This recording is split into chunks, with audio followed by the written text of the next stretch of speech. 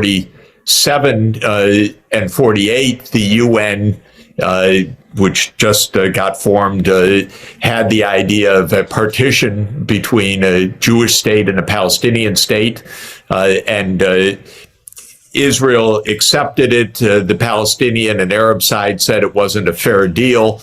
A war ensued when Israel unilaterally declared its independence. Israel won that war, and a state of Israel was established, but no state of Palestine was established. Then in 1967, with the June 1967 war, Israel took military control over the Palestinian territories as well, meaning East Jerusalem, the West Bank territory, and Gaza. And we've been in that situation since 1967, where Israel has military control over the three areas of what would be Palestine. Now, international law, as reflected in the UN Security Council and UN General Assembly for basically 57 years, has said there needs to be two states living in peace side by side. I agree with that, certainly.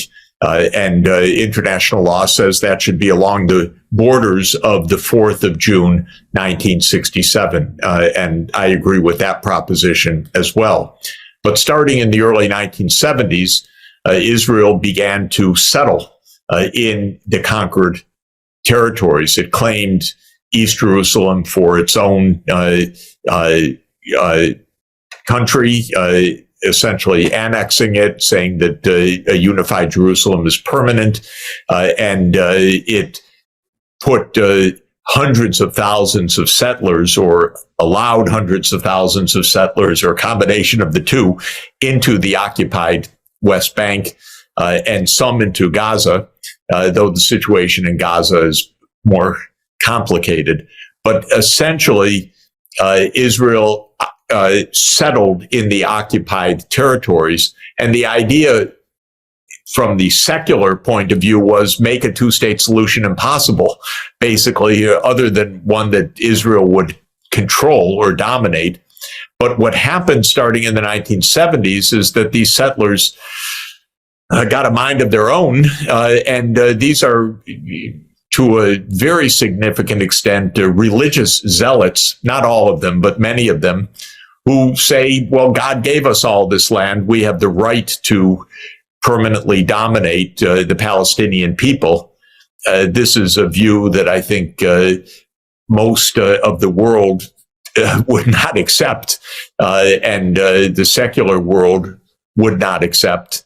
But it is a big part of the problem now, because over time, this zealous religious movement, an extreme nationalist movement that says all of this land is for the Jews, became the dominant part of Israeli politics. So what's happening in Gaza right now is not a war on Hamas to limit the danger from Hamas, which is actually much more limited than Israel claims. But it is actually a war on the Palestinian people and on the idea of an independent state of Palestine, because this government in Israel, and a large part of the population now, says no, there will be one state, it will be Israel, we will control everything. But the whole rest of the world doesn't agree with that. And they shouldn't agree with that. We need two states living side by side in accordance with international law. And my own view is that religious zealotry, based on a 6th century BC text of the Bible, should not dominate. What we need is what the international community has said for more than half a century is right: two states living side by side.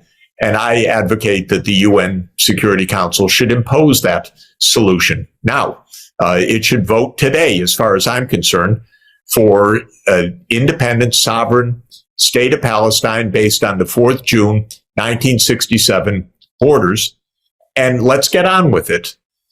Now, there's two obstacles. One is Israel, obviously, and its politics. The other is the United States. Israel has one backer in this present situation, which is the U.S.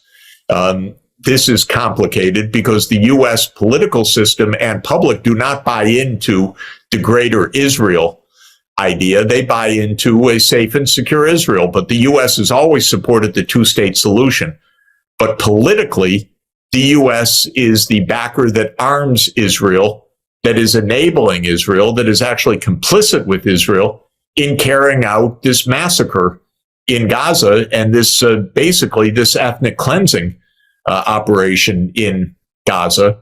And my very specific recommendation is the United States should say to Israel, look, you know, we don't agree with you, and we're not going to arm you for this purpose. Because if the U.S. stops the military support for Israel, Israel can't do this an extra day, not even an extra day. And so there is a way for this war to stop, very practically. There is a political outcome, and that's what I think we should move to. You mentioned, I think, the vast majority of the UN member states shared and they support it.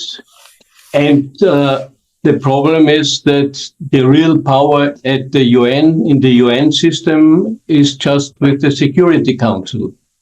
And as long as the Security Council has one, sometimes a second, maybe even with Britain, it was also because Britain is the source of the problem, because this was their colonial power. But how to move there? I think let's become precise. I think you presented really a plan with point 1, 2, 3, 4, 5. I assume that many people know it, but please give a short view what the main points of your plan. It starts with the full membership of Palestine to the UN, a full membership, because as an observer they have been already, but full membership is something else. Could you just summarize your proposals? So my basic idea is we don't need more process. We don't need more 10 years of negotiation. Mm-hmm. We don't need another Oslo process. There's no way to say more about this issue than has been said for the last 50 years. We have to understand that the two parties cannot solve this by themselves.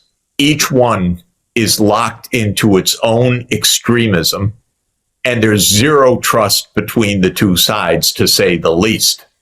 So in this case, we have an international community that is essentially united on this with one crucial footnote, which is the United States has blocked this approach for decades, even though it is, quote, in favor of this approach. Even Biden said a couple of weeks ago, we support the two-state solution. But the United States political system has given essentially a blank check to Israel for decades, so that it murmurs support for the two-state solution, but it does not enforce it. American politicians have long believed for decades that support for Israel is vital for their political health, because they have believed that that's where the big campaign contributions come from. That's in line with the military-industrial complex system, which is politically quite powerful. And they believe that's where public opinion is. But in the U.S., public opinion has turned against Israel because the American people do not want to be complicit in this massacre. And they are not supportive of the so-called Greater Israel, which means Israel, dominance over Palestine. They are supportive of two states. Every opinion survey for decades has demonstrated this. That's true of American Jews, by the way, not just of the American public generally. We're not so far from that because the Security Council is basically 13 to 1 to 1. That is 13 countries support what I'm saying. One opposes it, the United States, and one always goes along with the U.S. That's the UK. Shame on them. First of all, they should grow up. Second, they should recognize they're no longer a world empire. And third, they should take some responsibility for the mess that they left. So, but aside from that, that's a footnote as far as I'm concerned. The real story here is the U.S. And I'm trying to say to U.S. public officials, look, you're completely alone supporting something you don't even support. So you have to do something more creative. Now, unfortunately, President Biden's not creative. He lacks the energy and insight. His foreign policy team is extremely weak. So I don't know whether we'll get there or not. But the domestic politics and the international politics is all pushing in the same direction. Now, what would it mean? To my mind, instead of a new political process, it starts with the outcome. Two states, 1967 borders. Now let's implement that. Second stage, obviously, would be that on that basis, there would be a regional agreement. The Arab states would say we end our state of belligerence or hostility with Israel. We normalize relations. We stop supporting Hamas or other anti-Israel militia groups. We stop funding them. We start arming them. We stop giving political backing to them. That can happen. Why do I say it can happen? Because the Arab and Islamic countries have said so repeatedly. And they said it recently in Riyadh when they met in an emergency meeting after October 7 and the subsequent Israeli invasion of Gaza. So that's the second step, is the diplomatic political step. That includes Iran, by the way, because it's not only the Arab states, it's also Iran, which is, of course, a backer of Hezbollah and Hamas. But that's possible, too. But we have to also stop the hostility to Iran, which was agreed with the JCPOA agreement several years ago. And then the United States broke that. And by the way, broke it in part because of Israeli pressure. So, this was Israel pushing the U.S. to break an agreement signed with Iran. And Europe, as usual, was pitiful. It just stood by and mumbled because European leaders are afraid of the United States instead of telling the United States the truth. So this is another part of it. But anyway, second step is normalizing the diplomatic relations based on the two states. Third step is actually putting in peacekeepers. And the best that I've heard is that this peacekeeping force, which would operate under the mandate of the UN Security Council, would include Americans, would include troops that are drawn from the Arab countries. And the idea would be to create a buffer zone that would protect Israel from incursions like occurred on October 7. And on the basis of this political solution, would also demobilize the armed side of Hamas step by step, and would show basically that Hamas, which is a political, a military, and a cultural force, the military side would be ended as part of a political settlement. And this would be the next step. The step after that would be actually to promote economic recovery and development after this devastation.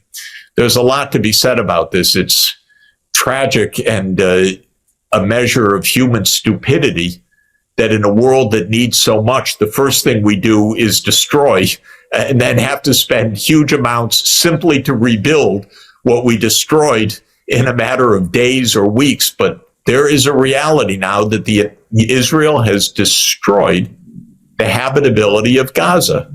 Oh my God. Well, we're going to have to address this. And so this is another reality that needs to be added to the scene.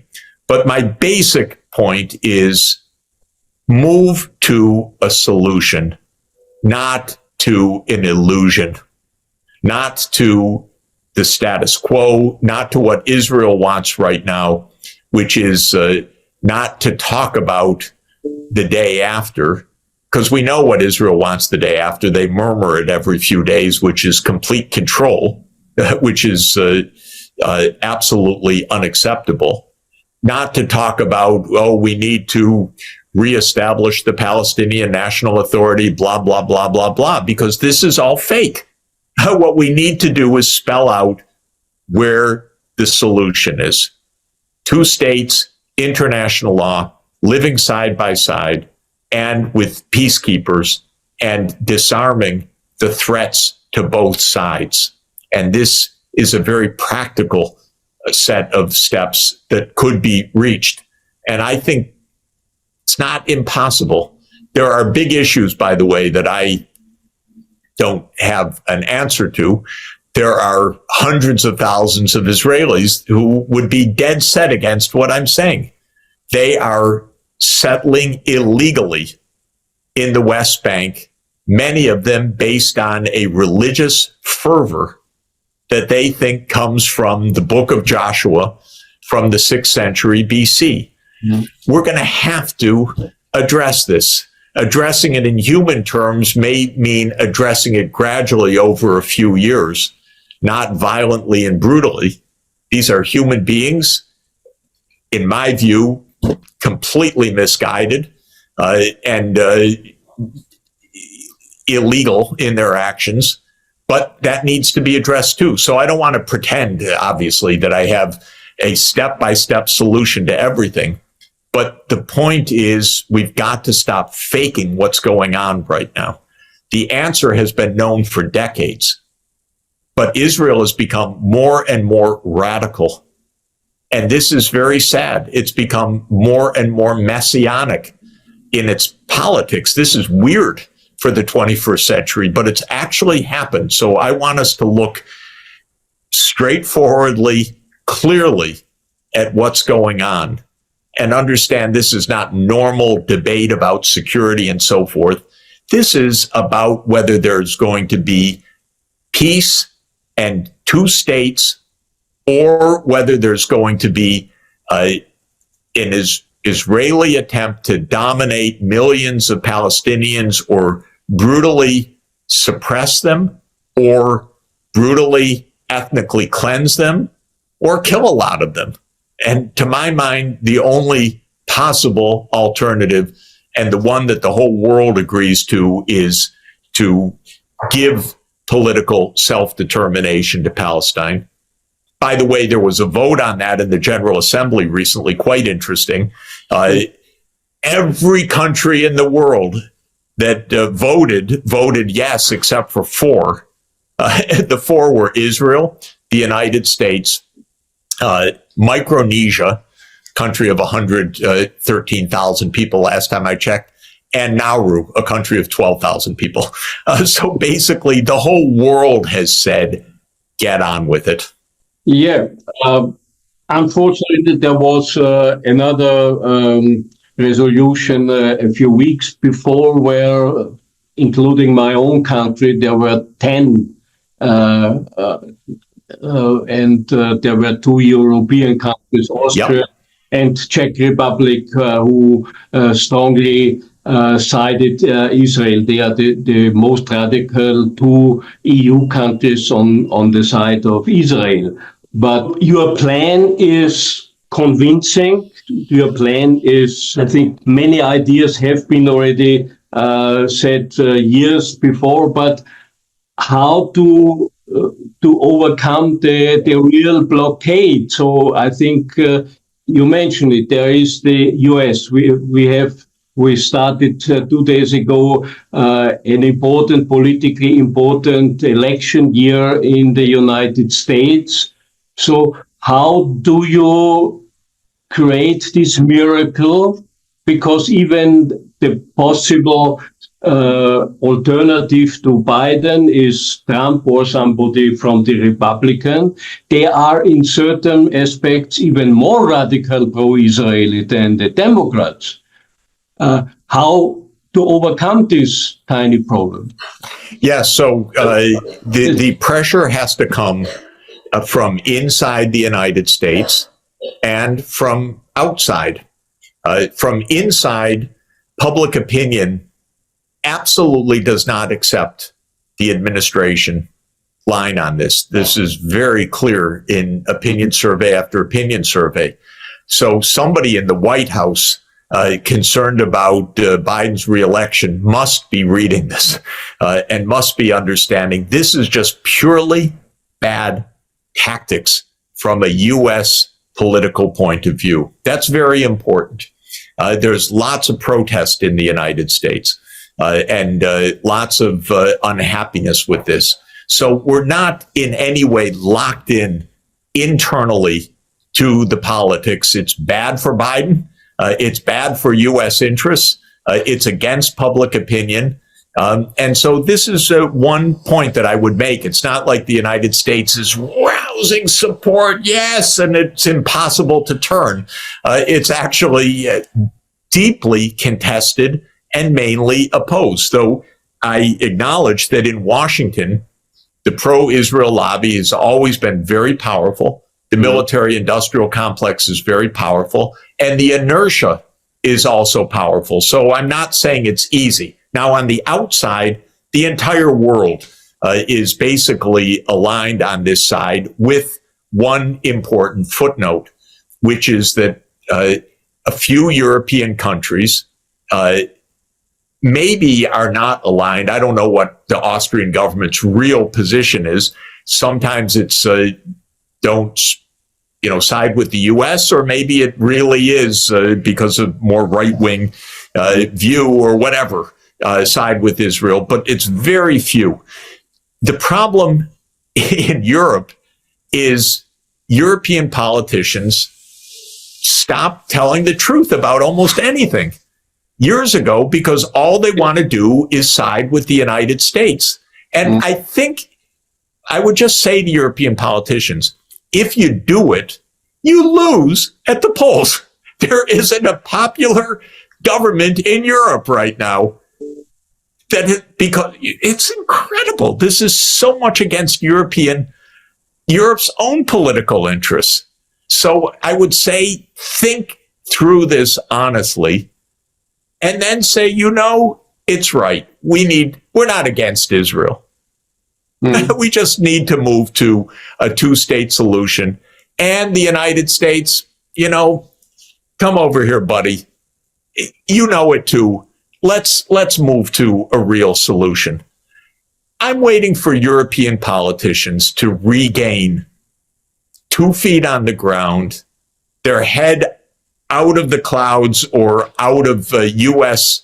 control, and just state clearly, straightforwardly what is right and also what happens to be in Europe's interest. But by the way, what happens to be in Israel's interest as well, because nothing that's happening is doing anything other than gravely threatening Israel's long-term survival.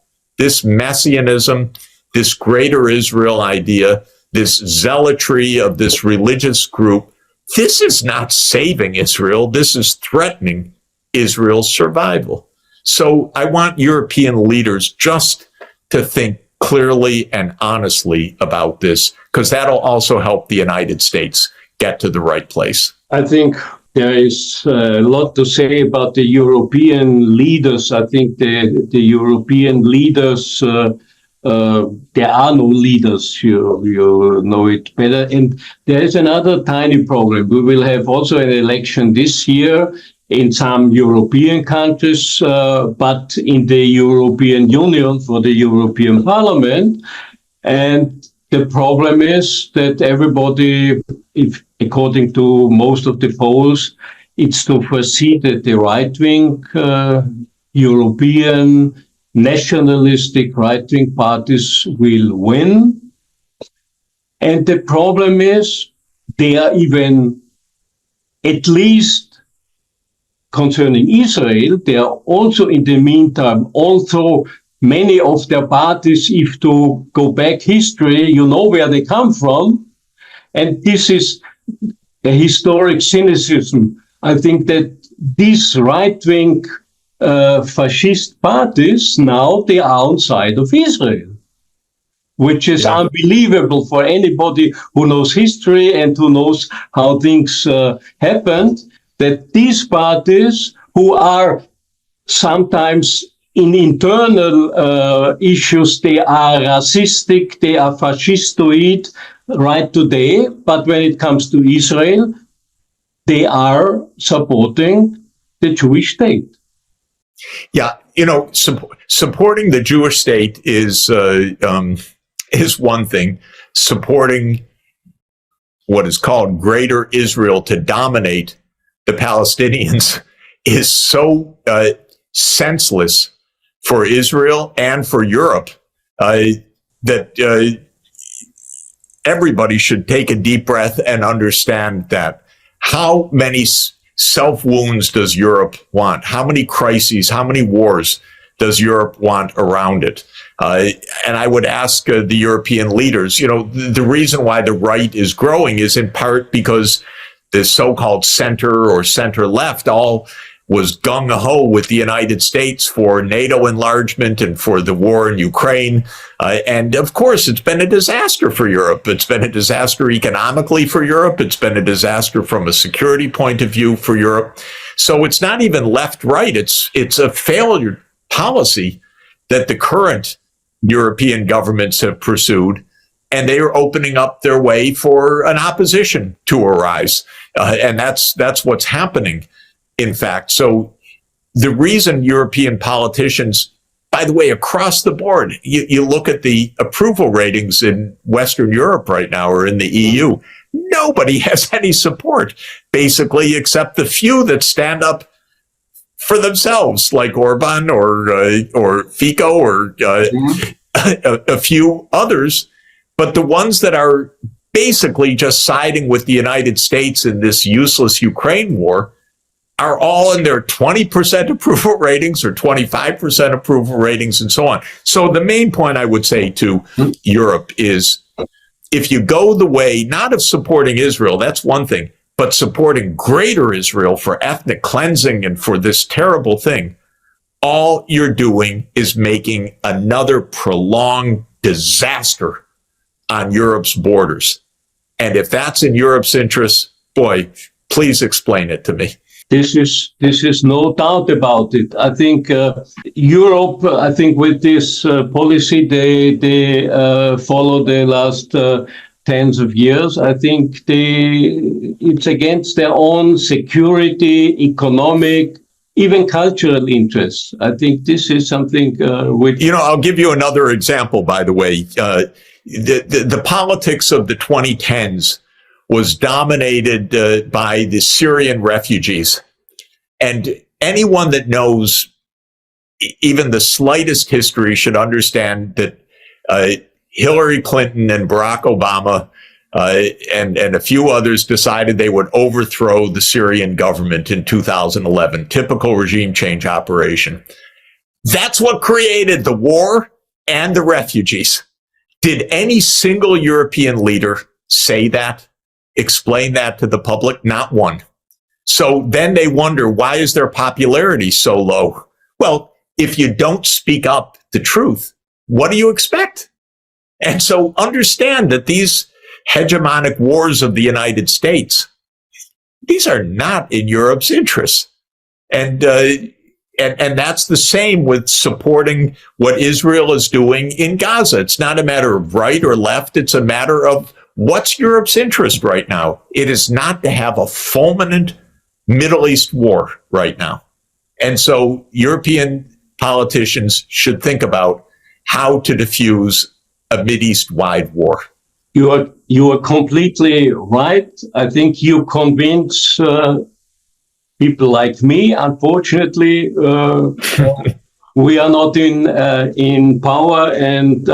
But coming back to the issue of this interview, I think now there is a peace plan. It's even economically, we didn't even mention it, but which is interesting for me, since you're also long experienced in economy. I think one important but not so much debated proposal is the establishment of a new UN fund. A UN Reconstruction and Sustainable Development Fund, which is interesting, should at least partially funded by reduction of expenses which traditionally have been spent for armament and war. You know, outside the UN, across the street from headquarters, is what they call Isaiah's Wall, which is the inscription of the prophet Isaiah, chapter 2, verse 4, which says, they shall beat their swords into plowshares and their spears into pruning hooks. Nations will not make war on other nations, neither will they teach war anymore. I'm paraphrasing, but you know, Isaiah had the idea in the 8th century BCE of the transforming the military to the civilian use. And we're now spending $2.5 trillion a year worldwide on the military. The United States is around 40% of the world's spending. Shocking, because we're 4% of the world's population. What if we take even 10% of that would be $200 billion a year. So $250 billion a year. And so that's the proposal. Create a fund funded by basically agreed cutbacks in armaments. I should mention that Pope Paul VI, in his encyclical Populorum Progressio in 1967, had that idea. So I don't want to claim any precedence to this, but I do think it's the right idea. The UN in general does not command much in financial resources. It needs to have a bigger budget to do good things. And one way would be military cutbacks that are rechanneled to sustainable development. We could continue hours and hours and hours, since many things have been already discussed for many years. But it's interesting that now this plan is here. I think, do you have any ideas how to make it even more popular? Do you intend to present it to other international bodies? And how should this come to reality? I'm discussing these ideas with UN diplomats all the time. And I've discussed it with Palestinian diplomats and with diplomats from around the Middle East. There's a lot of resonance with this. I personally am continuing to urge an immediate membership of Palestine in the UN as a UN member state. By the way, Palestine is a state recognized by 140 other states, but it is not recognized as a UN member state, only an observer, as you rightly pointed out. So I am continuing my own discussion of this. Basically, with the U.S. government, they don't talk to me too much, but I try to make my views known publicly by writing and posting articles all the time. And I'm writing to politicians in the U.S. who are quite resistant in general because their modus operandi for decades has been never show any space at all with Israel. But I'm telling them it's not working. It's not working from any point of view. You need to rethink this. So they have a few days of rethinking before the Congress comes back. The White House cannot be very comfortable. We hear lots of stories about pretty harsh talks between the U.S. and Israel right now. I believe that that's true. One of the U.S. carrier groups has been withdrawn from the Eastern Mediterranean and is on its way back to the U.S. That is a signal that the U.S. does not want a wider war in the Middle East. I think that's absolutely right. The U.S. is exhausted of war, and an election year, it would be the end of Biden's chances at all.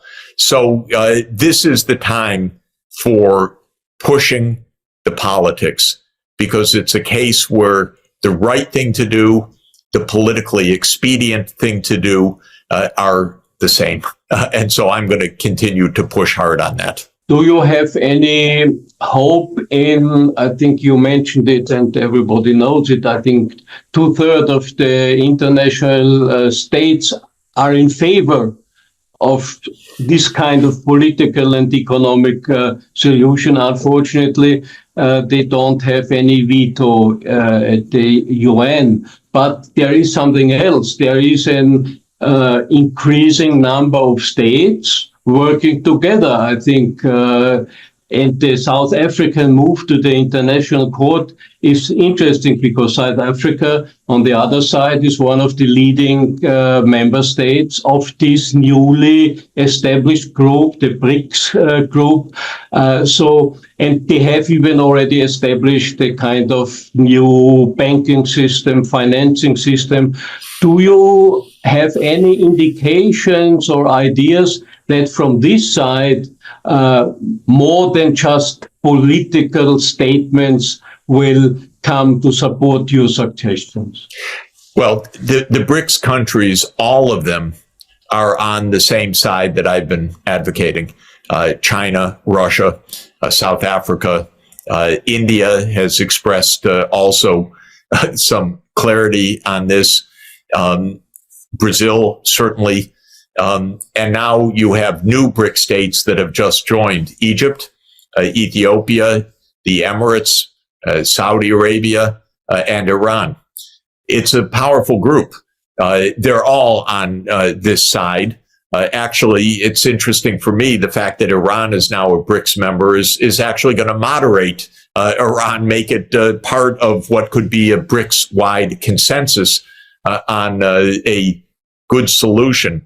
So this matters because the U.S. also looks out and says, you know, our diplomacy, we're isolated, whereas China's and Russia's diplomacy is growing in the region. This cannot make anyone happy. And we know that in the U.S. State Department, there's a lot of unhappiness about the U.S. administration policy. We don't hear all the details, but it boils over every few weeks. And so we hear about the protests coming from inside the professional diplomatic service of the United States as well.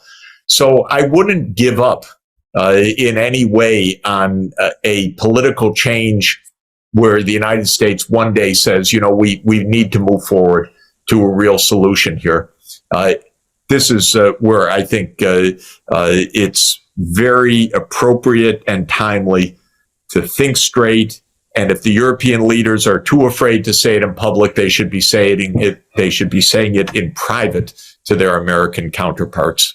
They should, yeah. So I think it's time. I think we exceeded a little bit our usual limit. So thank you very much, Professor Sachs. I think what all of this war shows is that the UN is really in a damaged state when it comes to war and peace, because of the way that the Security Council functions.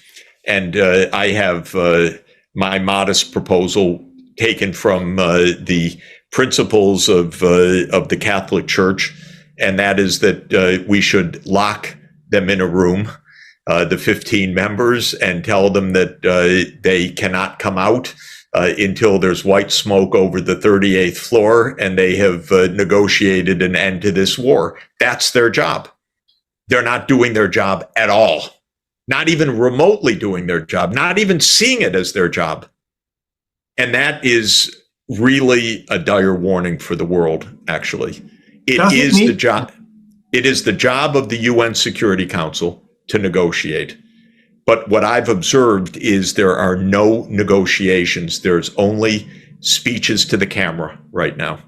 And it's only taken as a game for the news cycle. It's not discussions. It's not negotiations. And it is very dangerous that it operates like that.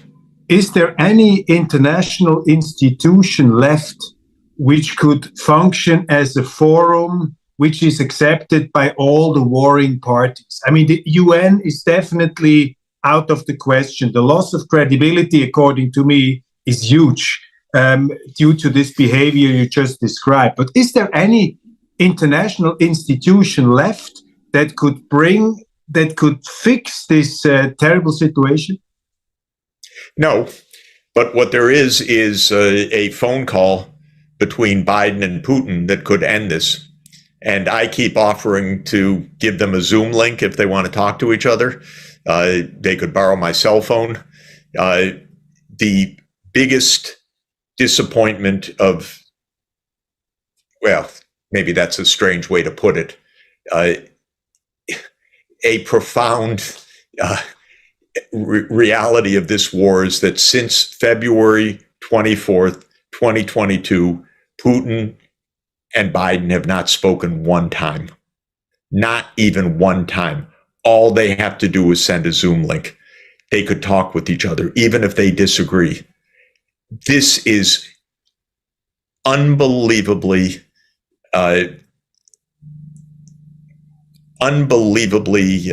irresponsible of Biden, first of all, in my opinion, but of the two, talk with each other. That's all. Disagree, yell at each other, but talk with each other, because you can't end the war without talking. And this is a war between the US and Russia. Of course, it's the Ukrainians dying, but this is a war between the US and Russia. In one of your podcasts, very impressive, about the Kennedy speech, the peace speech you mentioned before, you said that the one crucial element was that Kennedy and Khrushchev were talking to each other. They installed even this telephone line. I have a photograph of that telephone here in my office, the most important communication device of humanity. If I take this, I get the impression that we have a tremendous leadership crisis, especially in the West. We have a leadership in the West who is living in a way of a bunker or in a cave, where they seem to be hypnotized by their own images of the other side, of the enemy, and they start to believe their own cave paintings in their caves, to use this metaphor. Yes. And a lot of friends of mine and colleagues say we really have a leadership crisis in the West. And can you comment on that? I mean, I can. If you give me a moment, let me get a book down off my shelf. Hold on. Of course. This book is called the Kennedy Khrushchev Letters. Mm-hmm. When Kennedy became president, Khrushchev sent him a congratulatory note, and Kennedy proposed, why don't we open a back channel communication in text? It wasn't with the phone yet, and we'll write to each other. And I promise you, Chairman Khrushchev, I will never make public anything, and only a few of my closest aides will see this. So we'll keep it very much just for myself and a few absolute close aides, and you can do the same, but let's have a channel of communication. And these letters are astoundingly interesting and important. There are a large number of them. I don't remember the count. More than 100 of these. And they're incredible to read. For example, I was just reviewing after the U.S. invaded Cuba in the Bay of Pigs in April 1961, Khrushchev wrote in the back channel to Kennedy, rogue elements of your government are committing acts of piracy in your name, and Mr. President, you need to stop this. And Kennedy wrote back a disgraceful letter, actually, one of the worst of his career, in my view. Mr. Khrushchev, this has nothing to do with us. This isn't really the United States, so don't misinterpret. And Khrushchev wrote, so that was on April 18, I think it is. And then Khrushchev wrote back, basically, to paraphrase, Mr. President, don't ever lie to me like that. This is an American action, and don't talk to me like that. And you need to stop this international crime. And first of all, very human letters. Khrushchev sending the alarm, Kennedy brazenly lying, Khrushchev responding, don't you dare lie to me. And they were off and running. And it was that relationship, actually, that saved the world in the end, because they were really talking with each other, sometimes deeply arguing. And of course, at the Vienna summit in 1961, Kennedy had a hard time as Khrushchev really pounded on him. But they regarded each other as human beings and able to talk with each other. And that makes a big difference in this world. And one of the absolute worst ideas, disgraceful ideas of American rhetoric is you can't talk to a person like Putin. That's like Munich 1938. So Munich 1938 supposedly teaches America never negotiate with the other side. That's appeasement. And that is actually one of the beliefs, deep beliefs in this fantastical American foreign policy, which is even talking is a terrible, terrible appeasement. And but this strikes me as completely absurd because, I mean, the Americans, the Germans, they were talking to the Soviets. And whatever you can say about Putin, I mean, the Soviet Union had the Gulag. The Soviet Union had the Stalin. And they not only were they talking, they were making... But they were still talking to them. They were making arms agreements. If you talk to Mao, you can talk to Putin. Putin is compared to a Mao. Putin is like a Nobel Peace Prize winner compared to a guy like Mao or Stalin. And I mean, they were collaborating. They were working together against Hitler. Exactly. No, it's just, it's so immature, so misguided. And I see it all around me. And by the way, it leads to all these useless wars. Yeah. So it's not as if there are no consequences. The consequences are before our eyes. Yeah. This is no way to have diplomacy. That's what I was trying to tell these people in the White House. Behave. If you behave, you can avoid the war.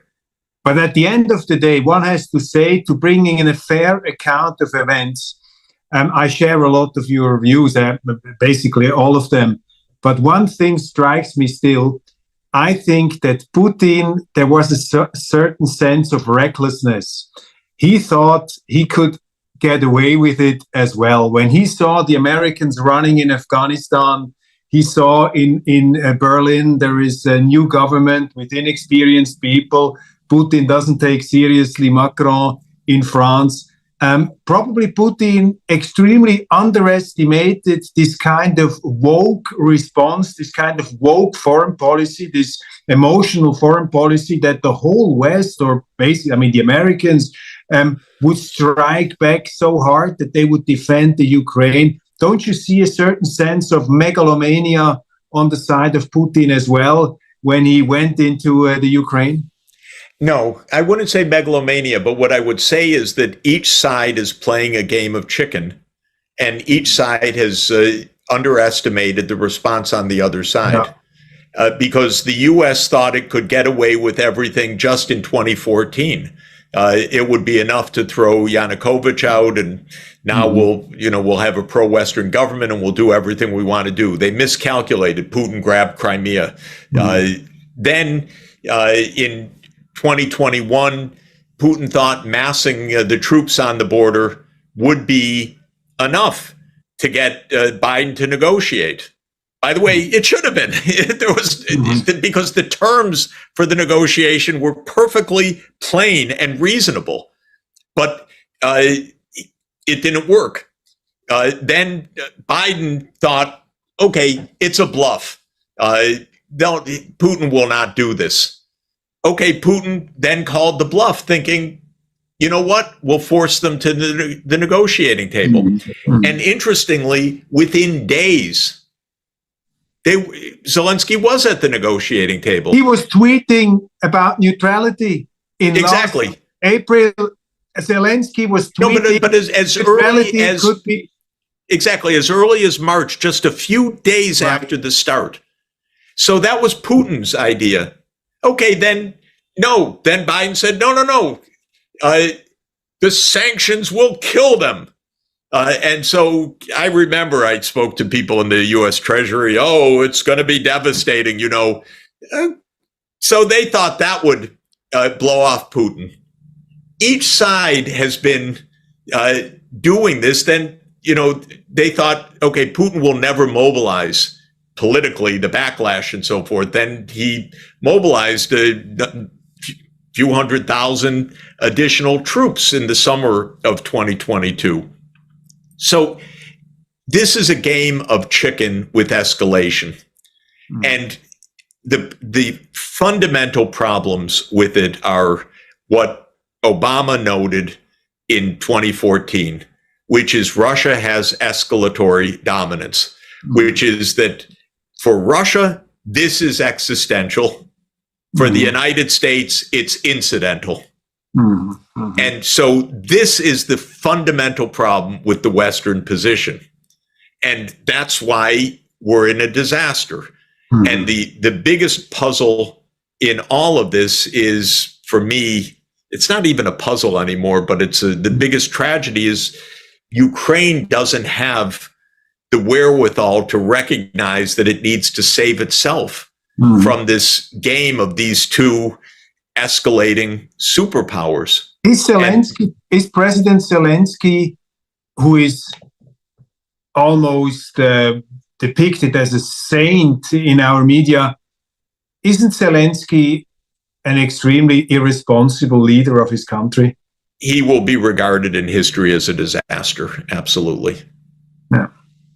It's interesting that at the moment it's the total opposite, but I notice the atmosphere is changing. People are losing a bit their patience with him. But I mean, I took so much time of you, but I would like, if you allow me, if Zelensky had just followed through in March 2022, he would have done his job for his country. But the United States intervened and said, no, don't make that agreement. And he went with the U.S., and that's where he failed.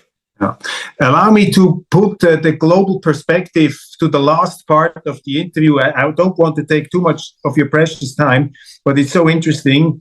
Do we enter a new chapter in current history? Meaning 30 years ago, the fall of the Iron Curtain, globalization, free trade, an explosion of wealth, development of backwater countries. I mean, you are a development economist. A lot of countries gained a lot of wealth due to this interconnectivity or whatever you want to call it. And now we are entering what I would call an absurd version of a Cold War. Is that ahead, or is that hyperbole? We don't know what kind of world we're entering yet. What I believe is that the underlying reality is we're already in a post-American and post-Western world. We're in a truly multipolar world. We're in a world where the BRICS countries are larger than the G7 countries. Even Turkey wants to join. Even Turkey and yes. Greece want to join the BRICS countries. So, in my view, we've already moved to a world in which the underlying economic, demographic, and technological capacities mean that this is not the world of the 19th and 20th century dominated by the West, but this is a bigger world with multiple major powers in it. And one of the points of all of this is the United States does not accept that transition. The United States still believes that this is ultimately a US-led world with two recalcitrant actors, Russia and China, and all the rest will come along to understand the realities. And the US, in my opinion, is a quarter century out of date. But being at the institutions of American power, Harvard and the East Coast of the U.S., I know what people say and think and talk, and I think they're just a quarter century out of date. So that is our big geopolitical challenge, is that the mental models of the major powers and the realities are not aligned. And Europe is a big disappointment in this, because there isn't one voice in Europe right now that has a geopolitical outlook that is really even intelligible, basically. So this is, to me, both natural, that this is a war that shows the limits of American power, which are not the world leader, but a very powerful country among many, or among a few at least. And the biggest surprise is the incapacity of Europe to have a coherent understanding of the situation. But what kind of world we're heading towards really is an open question, because we could be heading towards a world of massive conflict and disaster, or we could actually head towards a world where some intelligent, non-octogenarian leader in the United States arises and says, NATO, we don't need it so much anymore. But what we do need is to have normal relations with China, with India, with Russia, with Brazil, with the EU. And then suddenly things would look really quite different. So where we're heading is not, I believe, either set in stone or even easily predictable. We have this geopolitical crisis. We have a technology disruption, which is profound. We have an ecological disruption, which is profound. And how we manage this is the biggest question. And the war in Ukraine is a tragic sideshow to the big issues. But in a way, I sometimes compare it to the Battle of Teutoburg Forest in 9 AD. Augustus learned in 9 AD, okay, the Roman Empire, it's big, but we don't have to actually go all the way into Germania. Maybe we'll just stop here. And it's a good lesson, by the way, because the Roman Empire did quite well for centuries onward without having to continue to try to conquer the German tribes. And I think this is kind of a Teutoburg Forest for the U.S., or should be seen as one, which is, okay, that's the limit of NATO enlargement. These are the new limits. This is the lines of Europe now. It extends through Eastern Europe, but it doesn't go across to Moldova, Belarus, Ukraine, and so on. And now let's learn to live in such a world. What do you say to people who describe the situation right now as a global conflict between democracies and autocracies, and China being the ultimate enemy of the West? When I first heard that, I regarded it as worse than a kindergarten story. I could not believe a president of the United States would say such an idiotic thing.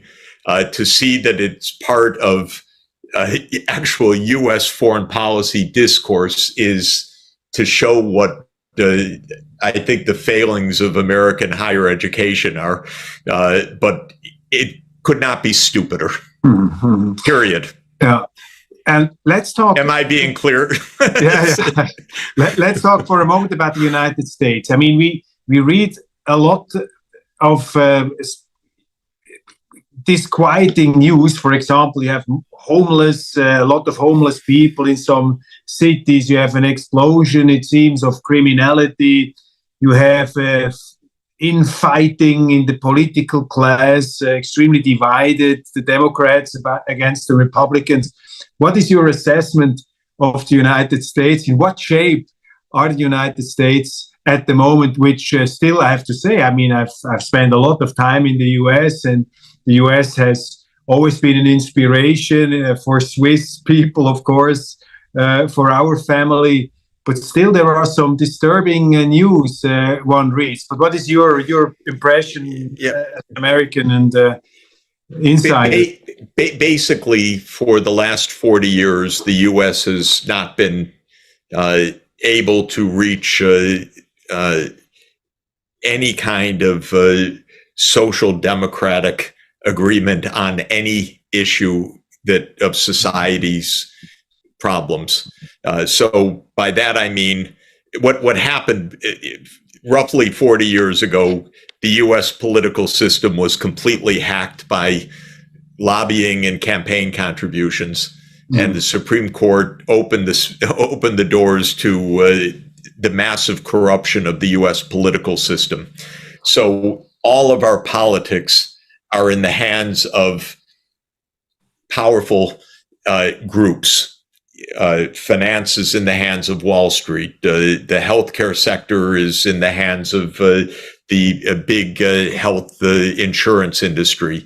The energy sector is in the hands of big oil to a very large extent. The foreign policy is in the hands of the military-industrial complex. It's all been parceled out. And the problem is not polarization in between red and blue states. It's not the tribal divisions between the Republicans and the Democrats. Basically, both parties serve their campaign financiers. They're the same for both parties.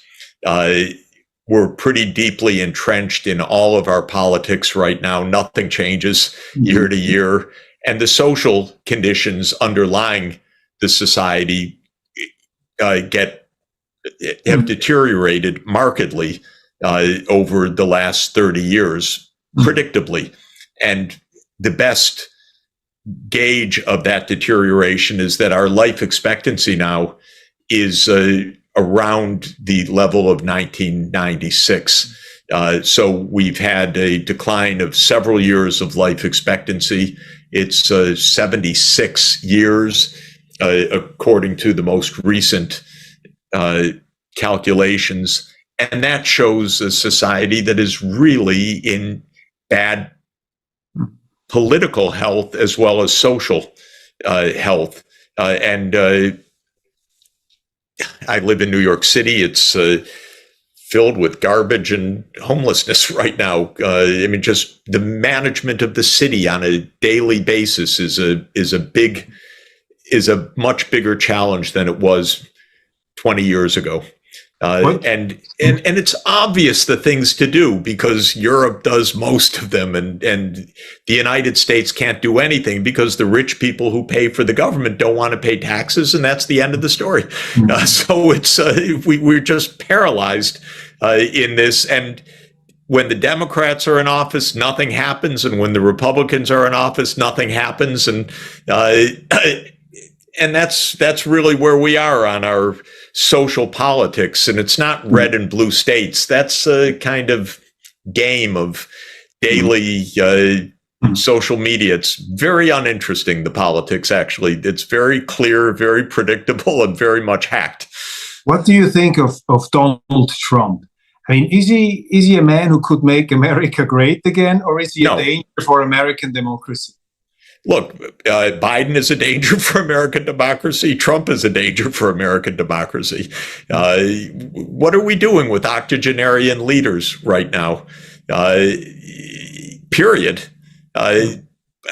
I'm aghast at the Biden administration. I was aghast at the Trump administration. I was profoundly disappointed with the Obama administration. I was absolutely aghast at the Bush Jr. administration.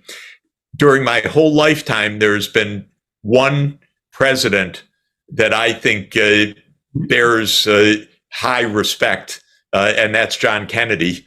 And he made his early blunders, and then he became a great man, and then they killed him. And beyond that, Johnson, no thank you. Nixon, no thank you. Gerald Ford, Jimmy Carter's very nice man, very not effective. Ronald Reagan, no thank you. George Bush Sr. had his moments and then dropped the ball. Clinton was really so amateurish and dilettantish in governance. George Bush Jr. was a disaster. Obama was, those 8 years went by and nothing happened. He was, you felt he wouldn't do something completely awful, and he didn't. He was level-headed, but didn't lead to any change because the system is just blocked. Trump, completely unstable, and Biden, an octogenarian neocon. You know, what more could you want? What does it say about the American political system that you have still in the polls a highly rated former president who is attacked by attorneys, who is involved in a whole array of criminal law, criminal cases? I follow this, from a lot of distance, but I think it's always a bit a dangerous symptom if political fights are, fought on the courts. That they start of to course. attack. Of course. How do you assess that? I mean, what does it stand for? What kind of what it means? The main thing is Americans do not trust their institutions anymore. That's the dominant fact. Americans do not trust their institutions, and the reason is government operates by lies, and that's terrible. And if you do that pervasively, you end up with the Congress with a trust rating of 10% of the public, something like that. And this collapse of trustworthiness started with the assassination of President Kennedy and the lies that were told about it. And then it was followed by Watergate and Vietnam War and one war after another based on lies. And so the American people are deeply unhappy. The political system has proven to be corrupted and unable to reform itself. And the main lesson I would take from this is don't have a presidential system, by the way. You have a parliamentary system. At least you get the parties have to discuss with each other and negotiate something, and it's a little bit more stable than what we have. Do you think that the relationship between Russia and Europe is now destroyed for a very long time, or can that be repaired in a foreseeable future? Not only can it be repaired, it will be repaired. And it's a typical, I want to read one more of my favorite lines from Kennedy. When Kennedy spoke at the Irish Parliament in July 1963, he said, indeed, across the gulfs and barriers that now divide us, we must remember that there are no permanent enemies. Hostility today is a fact, but it is not a ruling law. The supreme reality of our time is our indivisibility as children of God and our common vulnerability on this planet. And this is very wise. There are no permanent enemies. Russia's not going away. It's 11 time zones. It's a major power in the world. It is a trading country. It is a European country. It is part of European culture and history. And all that's said right now, for example, the New York Opera canceling a Russian soprano because of the war.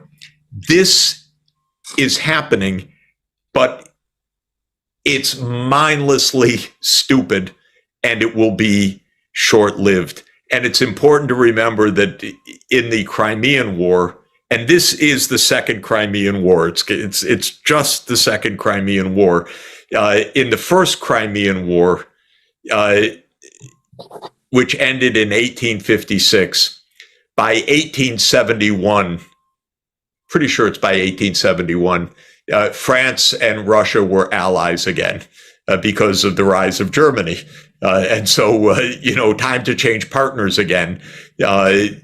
And so what had been this, dramatic fight in Palmerston wanted to end Russia and dismember Russia. Soon, France and Russia were allies, and France was pumping finance into Russia again. So this is not the end of anything, of course, and it should come back much sooner than people think. A bit out of context, a very short question. How do you interpret this coup in Niger? What is this about? Is this a new kind of what is it? An African awakening, or what is it? Is it just a local event? Or? I think it is. It is clearly three things. One is it's poverty, because the Sahel is impoverished, and impoverished places where I've been working for more than 40 years, they're unstable. And so this is, and I have always said, by the way, the number of speeches I've given to say, we need a program for the Sahel, to help water, food, and so forth. Okay, so that's one part. Second, it's clearly, the end of the French role. We're still in the final waves of decolonization in West Africa, and remaining French privileges are going to be pushed aside.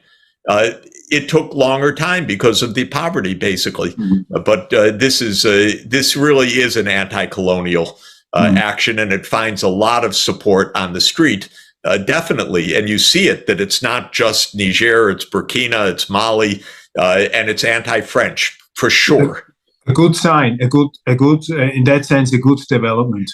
It is what happened in every part of the world, but it's happening later in Africa because the dependency was higher, the poverty was higher. And then the third part is it quickly became, within 2 days, new geopolitics because of Wagner and Russia and everything else. So it's dangerous. And what the right answer to this, actually, which I uselessly proposed this immediately, was, how about an economic development program for the Sahel? God forbid people should live with the chance of, with some chance.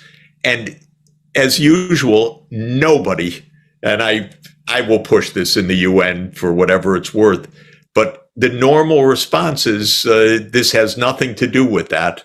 This has, where the army is going to be, will ECOWAS intervene? If you want, it doesn't even matter right now who's in charge. It doesn't matter really how the politics is. What matters is these are places of hunger, of drought, of lack of infrastructure, of lack of schooling, of no budgets, and we should do something about it because people should not live in that condition. You have just spent, I think, 1 year in Europe, in Vienna, and Yes. in some other places. What is the most important take you have from this stay in Europe? What's your dominant impression of the state of Europe? I was very disappointed because most of Europe's leaders are right now simply following whatever the United States says. And whether this is because of their belief in Europe's security, whether it's their belief that the U.S. will punish them if they deviate from the line, the state of European politics is quite bad. And the war has made things worse because Europe is with a dominant narrative like the United States that is basically given by the U.S. security establishment and then repeated in the mainstream media in Europe. So it was, at a political level, really disappointing. At a personal level, it was wonderful. Vienna is a fantastic place. It is the result of decades of social democratic philosophy and ethos and social housing, and we had a fabulous time. And I also came to admire more and more the wise decision of both the Soviet Union and Austria in 1955 to make a very good deal, that the Soviets would leave Austria and the Austrians would declare neutrality, and that this would be the basis going forward. And it proved its great worth, and I tried to sell that approach for free to give the advice to Ukraine repeatedly, but they didn't understand that it's much better to be a neutral Austria than a NATO aspirant partner of the United States. As Henry Kissinger famously said, to be an enemy of the United States is dangerous, but to be a friend is fatal. And Ukraine has believed that the U.S. is going to provide security, and what the U.S. is providing is the dismemberment of Ukraine. Your Austrian neutrality makes us Swiss a little bit proud, because in the constitution of Austria it says they want to have a neutrality Swiss style. Oh, I didn't realize that. Yeah. I mean, that Switzerland was the role model for neutrality in Austria. What's your relationship with Switzerland? And this is, Switzerland, of course, extremely smart, and it served Switzerland very well. It served Austria very well, and ironically, it served Sweden and Finland very well. And they abandoned this this year, shockingly naively, thinking that Russia's about to invade Finland or Sweden. No. And all of the benefits of neutrality they gave up overnight because of these right-wing parties that don't understand or pretend not to understand the current geopolitics. Even in Switzerland, there are people in the establishment who think that neutrality has to be given up, or neutrality has to be made more flexible, that Switzerland can deliver weapons to one party in the war. What do you say about that? I mean, what's your take on that? I mean, should Switzerland give up neutrality? Would that be a wise course? No. There's nothing more to add. Switzerland's one of the most successful countries of modern history. Why would you give up the basis of success? Ja, as Goethe said, nichts ist schwerer zu ertragen als eine Folge von guten Tagen. Good days are hard to bear, and sometimes if you're very successful, you start to forget what made you successful. Well, it's interesting. Every day I walk by Goethe on the Ringstrasse in Vienna, because he's got a big statue just near the opera house. And so I paid respect to Goethe every day. Okay. you have been commenting, of course, the war in Ukraine in the recent months extensively. How do you assess the situation at the moment? Give us a brief oversight of your perception. I think it's probably accurate or roughly accurate that about 40,000 Ukrainians have died in the last 2 months of what is a failed counteroffensive promoted by the United States. So this has been a disastrous period. Ukraine will not achieve on the battlefield its goals. This was clear from the very beginning, but the U.S. has always said otherwise. And remember, I'm 68 years old, so I've heard the fairy tales of U.S. generals for more than 6 decades. They always say, yes, success is just around the corner. This next offensive is going to be great. The surge is going to be decisive, and so forth. So I've heard this so many times in Vietnam, Cambodia, Laos, Nicaragua, Iraq, Syria, Libya, and heard it again in Ukraine. What's very sad is that Ukraine is being destroyed in this process because the U.S. has wanted to push Ukraine to NATO, and Russia, for completely predictable and understandable reasons, said no. And the United States believed that Russia was bluffing, or that, if not bluffing, that it had no alternative but to bend to the U.S. will. And this has not been the case. And Biden is not a very clever man, unfortunately, and his team is not very clever. Obama was more clever than Biden. And Obama knew in 2014, though Obama helped to start this disaster when the U.S. helped to overthrow Yanukovych, Obama knew at that time, don't go deeper into this. Because, as he said in an interview, Russia has escalatory dominance. Whatever we do, Russia will escalate. And the reason is, for Russia, this is existential. For the United States, it's nice. Wouldn't it be nice if Ukraine were in NATO? We would control the Black Sea. That's nice. But for Russia, it's absolutely existential. And so Obama already understood in 2014, don't escalate because Russia will continue to escalate. You can't bluff Russia out of this. Biden, who's not very clever, just thought, well, what will Putin do? We'll just keep pushing. And when Putin put on the table in December 2021 a draft agreement for security arrangements between the U.S. and Russia, by the way, I called the White House to say, negotiate. This is absolutely negotiable. I was told, no, we're not going to negotiate. And the U.S. told Russia, no, not interested in negotiating. NATO is none of your business. It was literally the line. And Putin said, it is my business, and has shown it. And this is a complete disaster for Ukraine. Probably the population has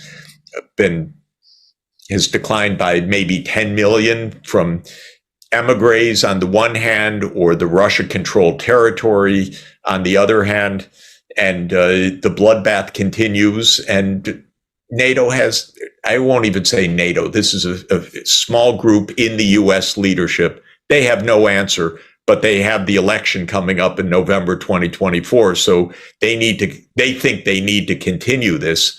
So as not to show weakness or defeat. This is where we are right now. It's a complete tragedy for Ukraine. How will it play out? I mean, it's always hard to say, of course, to look into the future, but what is the most probable outcome you see in this war?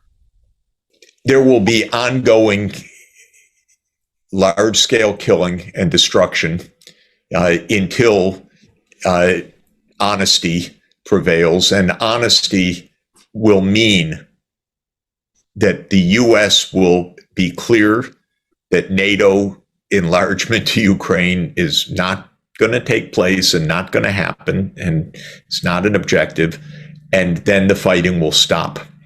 And when the fighting stops, there will be major territorial issues. One, I think, was fated from the beginning, and that is that Crimea will remain in Russian hands, as it was and has continued to be Russia's naval base in Sevastopol since 1783. It's not going to Ukraine, other than it's not going to Ukraine, period. And then the issues of the Donbass and Kherson district and Zaporizhia. This is really a mess right now, because in December 2021, we should remember Russia was making no territorial claims, even for the Donbass. What Russia was calling for was honoring the Minsk agreements. And the US stupidly and Ukraine stupidly wouldn't honor agreements that had been signed and backed unanimously by the UN Security Council. Well, Russia is now dismantling the country geographically, and with so many losses on the Russian side, the belief that, well, okay, we'll just go back to where we were is a little naive.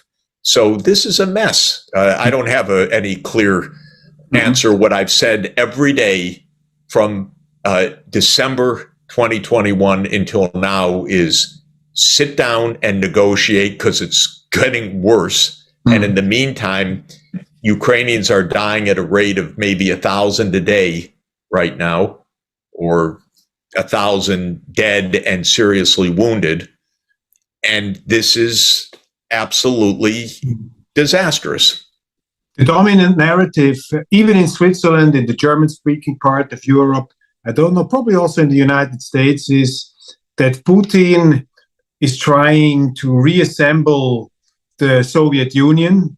His plan is to create a greater Russia, and to negotiate with Putin would be appeasement policy, which was doomed against Hitler. These historical analogies are being made. Why is this narrative wrong in your eyes? Well, because the real context is that the American empire is the one that keeps expanding, or the intention of it. And by, that's a provocative phrase that Americans are not allowed to say. But the American military alliance, NATO, is the active agent here of expansion. And this counters all that was said to Gorbachev in 1990. It's a direct violation of common sense, as well as commitments that were made back in 1990, that as the Soviet Union dismantled the Warsaw Pact, NATO would not take advantage of that in any way. And of course, the famous expression was not 1 inch eastward. Mm-hmm. And as soon as the Soviet Union ended, I was actually in the room in the Kremlin when that happened, because I was advisor to Boris Yeltsin. So this is, for me, not only history books, but being there. The United States, unbeknownst, of course, to me and to the world at the time, because everything is done secretly, said, okay, now we start expanding NATO. And from the early 1990s onward, this was set in motion. And our top diplomats warned repeatedly, don't do that. Our greatest diplomat of the age, George Kennan, after all, the author of Containment itself in 1947, said, do not expand NATO. Our Secretary of Defense at the time, William Perry, said, do not do this. Our ambassador to the Soviet Union, Jack Matlock, a wonderful diplomat, said, do not do this. This will start us down a path of new confrontation. What's interesting is that for the first few years, the first wave of expansion, Poland, Hungary and the Czech Republic, I think Russia was very unhappy, but said, okay, that's Central Europe. But then the next swath under George W. Bush Jr. was, of course, right against the Black Sea, Bulgaria, Romania, the Baltic states, Slovakia and Slovenia, 7 in one wave. The Russians said, stop this already. And Putin went to the Munich Security Conference in 2007. People should read the speech. Of course, not only do they not read the speech, our mainstream media absolutely tried to deflect us from any history, from any memory, from any context. But Putin said, stop expanding. You promised us no expansion. Now you keep expanding. And this is extraordinarily dangerous for our national security, what you're doing. So what was the U.S. response? In 2008, George W. Bush Jr. insisted that NATO will go not only to Ukraine, but to Georgia. Okay, now it turns out this was part of a timeline that was already deeply set. This wasn't just George W. Bush Jr., though he didn't have to follow through. Zbig Brzezinski explained all of this in Foreign Affairs magazine in 1997 in an article called Strategy for Eurasia. He even gave the timetable. He said Ukraine's membership will come between 2005 and 2010. And if you're experienced in U.S. politics, an article in Foreign Affairs like that is not just some author's thinking. It's a reflection of what is in train. Little bit trial balloon, but mainly explanation of the timeline. Now, in 2008, European leaders were aghast at what Bush had done. And some of them talked to me. And they told me. Angela Merkel. Not Angela Merkel personally, no. But she said at the time, if Ukraine would be part of NATO, this would be a cause for war for Russia. Even Merkel said it. Exactly. So this was all known.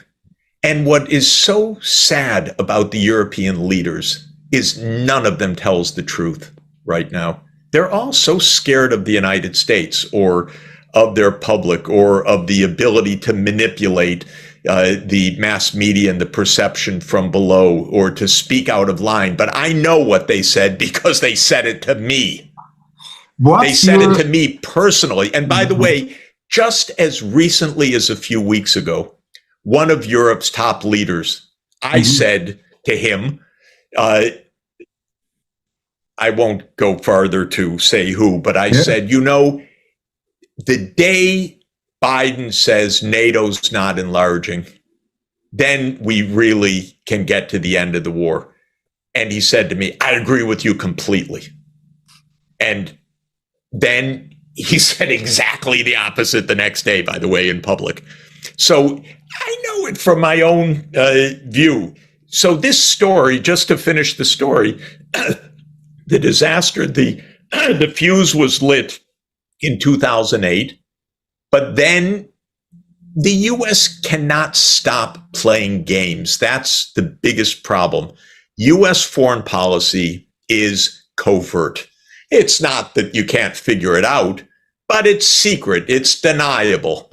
And so what happens in 2014 in February? The United States, together with right-wing nationalists in Ukraine, work together to overthrow Yanukovych.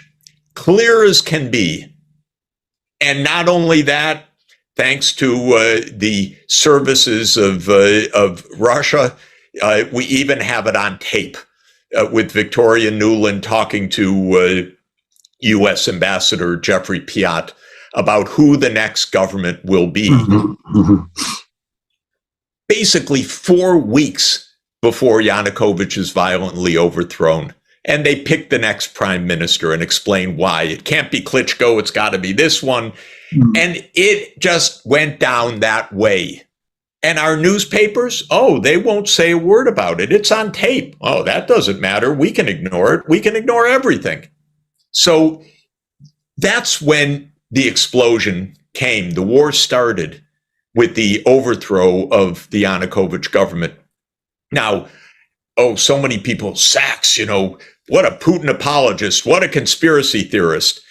Of course, people, if you don't look a little bit, or people don't tell you things, then you don't know. But let me advise people, just for example, there's a very nice book written by a very fine scholar in 2017 called Covert Regime Change. And it's about U.S. foreign policy from 1947 to 1989. And it documents 64 covert regime change operations of the U.S. government. So that's the business of the U.S. government, overthrowing other governments. They're called covert, but there's a lot of trace. I've been actually in places where governments have been overthrown. I watched, and then I see that the New York Times won't even report the story because it's a game from the U.S. point of view. So in February 2014, the U.S. again engaged in a regime change operation and thought we can get away with it. Now we have a pro-NATO government. We've just overthrown the neutral government. Now we have a pro-NATO government. And immediately the new government says, yeah, we want to join NATO. And immediately the arms flows start from the United States, billions of dollars of arms flows. And this continues through Trump. It continues through the uprisings in the Donbass. It continues with Russia taking back Crimea. And then in 2021, we have a new president who some of us thought would be sane and responsible. He's probably sane, but he's completely irresponsible. And 3 times in 2021, the United States government recommitted to Ukraine's membership in NATO at the highest levels in big security documents, as well as in the NATO summit in 2021. And that's when Putin put on the table at the end of 2021 a draft agreement for new security arrangements between the US and Russia. And Putin kept saying, by the way, look, you're putting Aegis missiles in Poland and Romania. They're a few minutes from Moscow. What are you putting in those missile chambers? We don't even know, because you backed out of the ABM treaty, you backed out of the INF treaty. And so Putin's got a point. And now the US wants to move up to the 2,300 kilometer border with Russia. And for those who still think that this is, anyone who reads anything knows that this is a 30 years process. This is not about Putin reconstructing the Russian Empire. That's a nice little joke told by the US security state, as opposed to any of the things I've just described. But if you just go online and look at the Russian National Security Council meeting of February 21st, 2022, you get a perfectly plain explanation of what this military operation is about, because Putin goes around the room and calls on everybody, and calls on Lavrov, among others, and says, Minister Lavrov, what is the situation with our proposals for security arrangements? And Lavrov says, Mr. President, we put them on the table, and the United States has given us the formal notice that it will not negotiate on these points, and that as a formal principle, the United States will not discuss NATO enlargement with Russia because it's none of our business, because that is the formal foreign policy doctrine of the United States of America.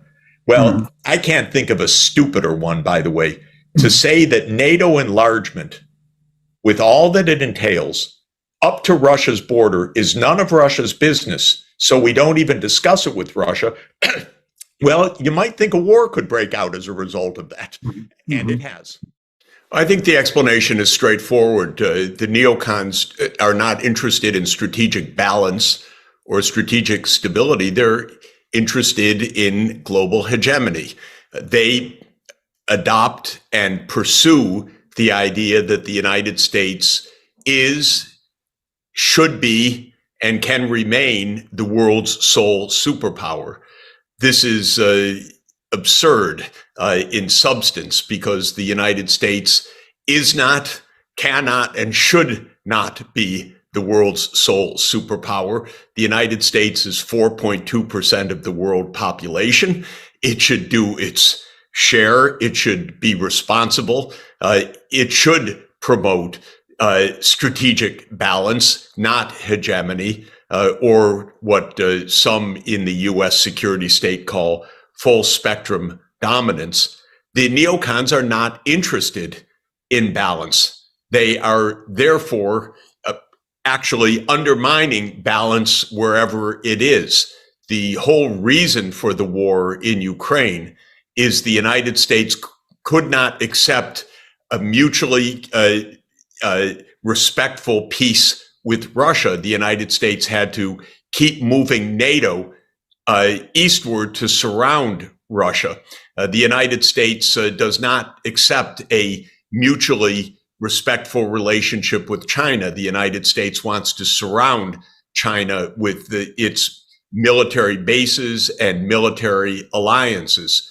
This is why the situation is so destabilizing, because the United States is not, and by the United States, by the way, I don't mean the US people, I mean the security state, which is dominated by this arrogance of unipolarity.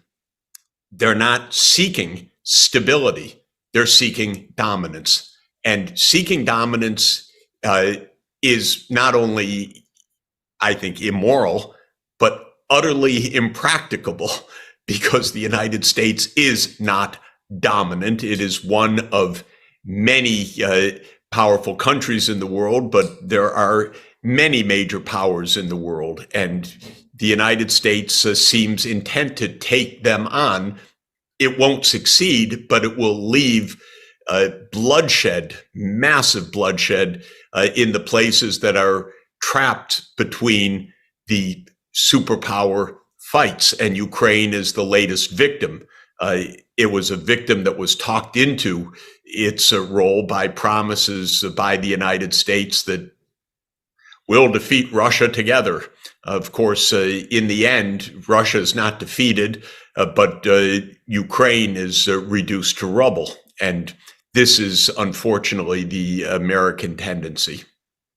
Now, where do you think leaves us this insight, like for neutrality and non-alignment, especially for countries that are really kind of trying to be non-aligned, not this kind of lapdog neutrality that Austria and Switzerland and Ireland are going, because they have already been captured pretty much by the ideology, by the same ideology. But those states in Africa, South America, and India and Southeast Asia that don't want to go along, I mean, this puts a target on them as well, right? The United States will see any kind of third-party policy as inherently antagonistic. I mean, these neocons, the Victoria Nuland types.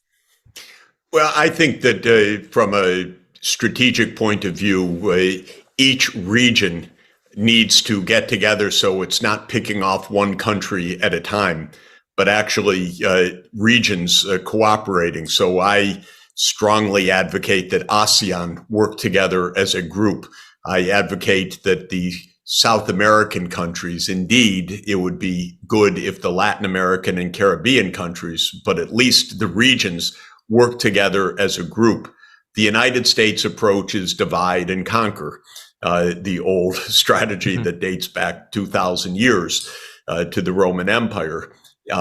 So it picks off Venezuela, and then it divides Latin America between those who are on the U.S. side against Venezuela and those who are on the Venezuelan side.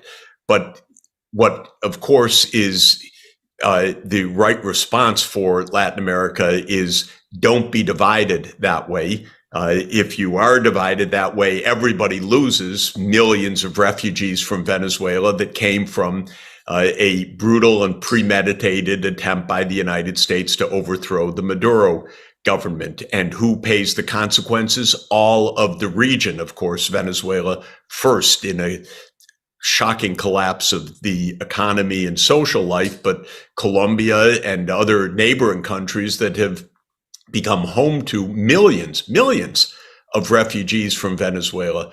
So I'm extremely happy, although it's very difficult, that Lula is back in the presidency in Brazil, because Lula can bring together the Latin American governments to say to the United States also, look, we're not your enemy, but stop dividing us, stop trying to overthrow governments in our region, because we don't want that.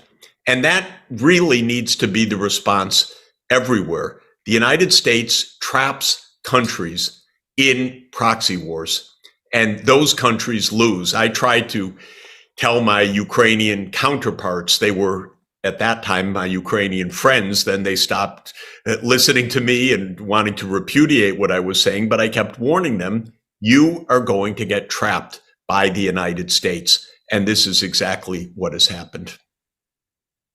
Do you have any more hope for Taiwan? Because it seems to me the US is trying to do exactly the same now, with preparing Taiwan to be an unsinkable aircraft carrier and then have bloodshed on without end on Taiwan in order to fight a proxy war with China. I was just in Taiwan. I was given a wonderful award called the Tang Prize by a fantastic foundation. I spoke to a major Buddhist foundation in Taiwan, the Tzu Chi Foundation. And what a wonderful society, what a successful place. And I gave the warning everywhere that I could, don't get trapped into this U.S. PRC fight, because this would be devastating. The United States basically is led by a lot of ignoramuses. I happen to know a lot of them. They're very poorly educated. They're educated in a kind of American arrogance. They are outdated by 30 years, thinking that the world is just at the U.S. Doorstep, or that the U.S. has the prerogatives, I should say better, anywhere in the world. They don't know what they're doing, and I tried to say to Taiwanese leaders, be careful, because this is really what happened in Ukraine. Now, the U.S. approach is so mind-bogglingly wrong-headed.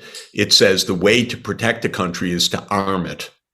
Well, this is the fallacy that my late and great colleague at Columbia University, Robert Jervis, wrote about for decades, what he called the security dilemma. The United States may look at arming a country as a, quote, defensive action, but from the point of view of the country on the other side of that arming, that looks like a pretty aggressive action, and it therefore triggers a response. It triggers a retaliation. It makes conflict more likely. So the United States poured arms into Ukraine after 2014. It thought it was going to make peace that way. Well, yeah, maybe some of these dunderheads in Washington believed that, but of course it was leading towards conflict.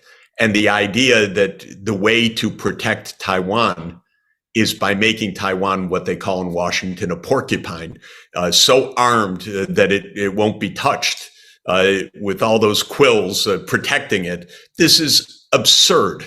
The arms shipments would only make Taiwan more and more endangered, more and more at risk. The way to reduce, even eliminate these risks is diplomacy. Diplomacy between the United States and China, diplomacy between Taiwanese leaders and mainland Chinese leaders. Talk with each other. For heaven's sake, there is an absolute vital interest on both sides of the Taiwan Straits for peace. There really is. And if the United States would just get out of the way for a moment and the two sides could talk with each other, they'd actually find a way forward. But the United States comes in with its naive and destabilizing promises. We'll keep you safe. Yeah, they'll keep Taiwan safe like they kept Afghanistan safe, like they kept South Korea safe, like they kept Ukraine safe. In other words, not at all.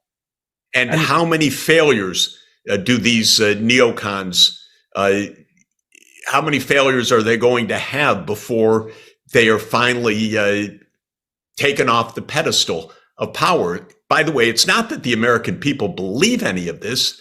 It's just that we don't have a functioning representative government. Our foreign policy has been taken in the hands of Raytheon and General Dynamics and these neocons. The American people are asked nothing about this. So this is not a reflection of the martial spirit of the American people, although our mainstream media feed a lot of absolute falsehoods to the American people. But it is the fact that foreign policy is in the hands of the security state, that is governed economically by the military-industrial complex, which funds the major committees in Congress, which provide the votes and the money for a $1 trillion plus annual military outlay. And that's where we are right now. It's absolutely awful. In the United States, foreign policy is the small preserve of the military-industrial complex. I share that analysis with you. The oxymoron to me is that the United States keeps talking about itself. So, and I apologize again, the same people that you're talking about keep talking about the United States as a force for good and a force for peace, when in reality, the United States is highly militarized, highly militaristic, and reacts to conflict always with military components. That surprises me. Well, I would add, I think since the end of the Second World War, the United States has been the most militarized and most violent country in the world. And this is just a matter of record. One recent scholarly account, a very good one, counted 70 U.S.-led regime change operations between 1947 and 1989. So the study was over the Cold War period. And just in that period, 1947 to 1989, 70 regime change operations, 6 of which were overt wars to overthrow a foreign government, and 64 were covert operations. Now, this is stunning. First of all, covert operations don't remain covert. It's pretty obvious if you're a reader of the New York Times, which wants you to suck your thumb and go to sleep. But if you're a thinker who's looking at the actual evidence, pretty clear when the U.S. is covertly overthrowing another government like it tried to do in Syria. Now, the point is that this is the normal U.S. modus operandi: war, coups, and overthrows. And after 1989, the big change wasn't that the United States stopped that behavior. The big change was the United States thought it could get away with anything, whether in Iraq, in Afghanistan, in Syria. In 2011, Obama and Hillary, well, they decided, okay, we're going to overthrow Assad. That was just a conscious decision. And 12 years later, they left that country in shambles because they're fools. What do they think? That they can dictate? By the way, they said, both Obama and Trump, okay, we're going to overthrow Maduro. We'll do it through economic sanctions. They crushed the economy.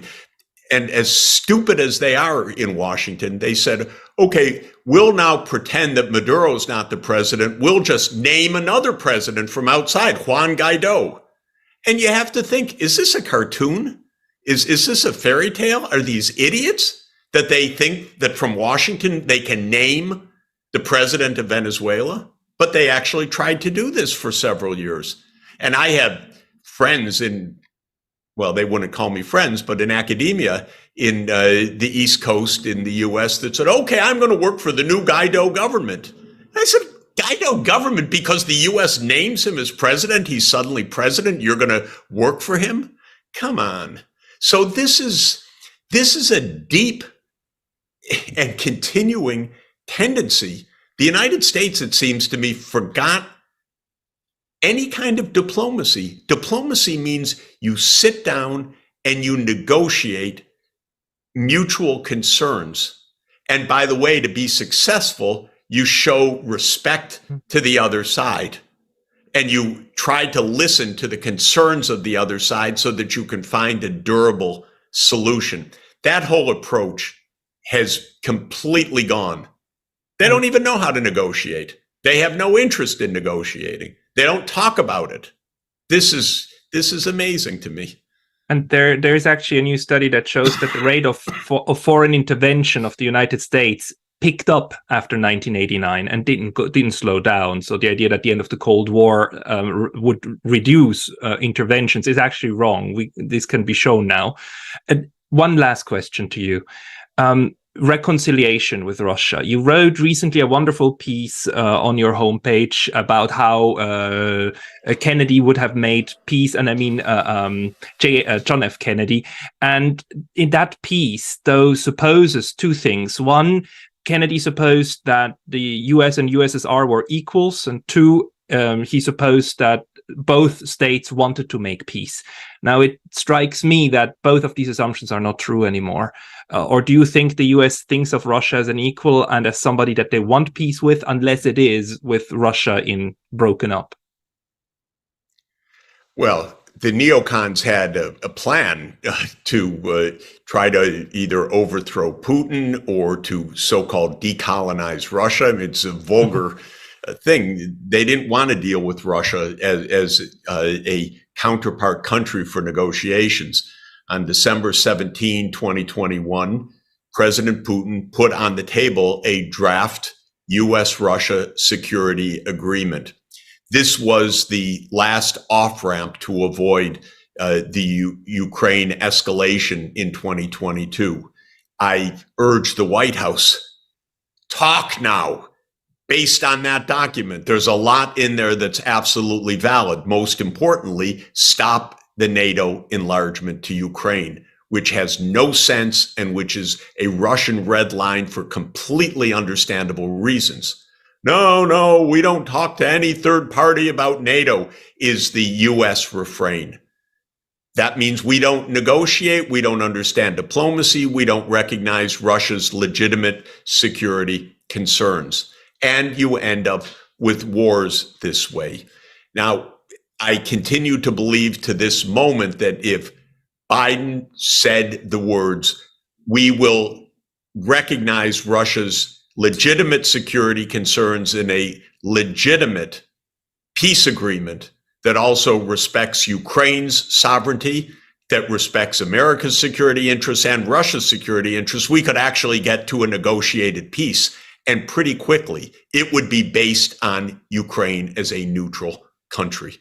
A fact that Zelensky himself noted in a brief moment in 2022 until the United States told him to stop noting that and demanded that Ukraine shut down the negotiations. So Zelensky actually came back to what had been the basis of Ukraine's independence, the basis of its constitution, and the basis of an effective foreign policy for Ukraine neutrality. He came back to that. The United States tried to shut it down. Well, of course, the US policy is failing badly, not for the first time, for continuously failing, because this is American foreign policy, but it's destroying Ukraine in the process. Can the two sides, US and Russia, actually still end this through negotiations, this war? Of course they could. Even today, I keep saying, to Biden, if you want to talk, I'll give you my Zoom link. You can make a Zoom link with Putin. Go ahead. You want to borrow my cell phone? Call him. Start negotiations. They're basically cowards in the U.S. In the sense that they won't negotiate, because Kennedy put it right. He said, let us never negotiate out of fear, but let us never fear to negotiate. And they're afraid of negotiating in Washington, or they just forgot what it even means. So they don't have diplomats. I don't know what it is, but I've never seen anything like this. The absence of trying to find the way out of this disaster. And they need to open negotiations now.